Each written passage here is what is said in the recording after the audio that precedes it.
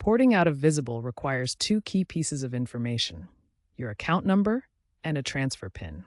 Your account number is a unique identifier, typically 10 to 12 digits, and can be found in the Visible app under Account Profile or by calling 1-833-488-4782. The transfer PIN is a one-time 610-digit code generated by Visible to authorize the port.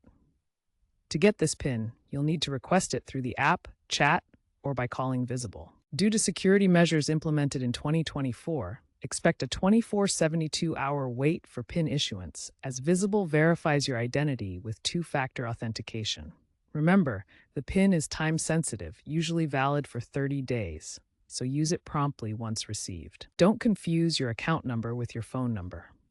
The account number is tied to your account itself, while the PIN is for authorizing the transfer of your number to a new carrier. To avoid service interruptions during the porting process, time your port during off-peak hours. Consider using a backup phone or secondary SIM to bridge any gaps. Confirm that your new carrier has successfully activated your service before canceling your Visible account. Visible now supports eSIM ports, which can reduce downtime associated with physical SIM card transfers. If you encounter issues, double-check that you've entered the correct account number and PIN with your new carrier.